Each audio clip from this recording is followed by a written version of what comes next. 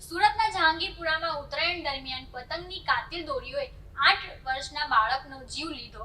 આનંદ villa સોસાયટીમાં cycle ચલાવતા સમયે દોરી ગળામાં ફસાતા બાળક ગંભીર રીતે ઈજાગ્રસ્ત થયો। હોસ્પિટલ લઈ જવામાં આવ્યું, પરંતુ સારવાર પહેલા જ મોત થયું હતું। ઘટના સીસીટીવીમાં કેદ થઈ છે। સુરતમાં ઉત્તરાયણના પર્વ દરમિયાન દર વર્ષે પતંગની દોરી ઘાતક સાબિત થતી હોય છે, પરંતુ આ વર્ષે જહાંગીરપુરા વિસ્તારમાં બનેલી એક ઘટનાએ સમગ્ર શહેરને હચમચાવી દીધું।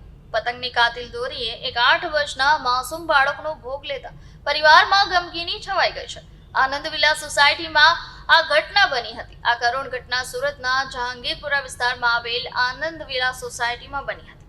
મળતી માહિતી મુજબ 8 વર્ષનો બાળક પોતાની સાયકલ લઈને સોસાયટીના પરિસરમાં રમી રહ્યો હતો। આ સમયે આકાશમાંથી કપાઈને આવતી પતંગની દોરી અચાનક બાળકના ગળામાં આવી હતી। બાળક સાયકલ પર સવાર હોવાથી દોરીના ઘર્ષણને કારણે તેનું ગળું ગંભીર રીતે કપાઈ ગયું હતું।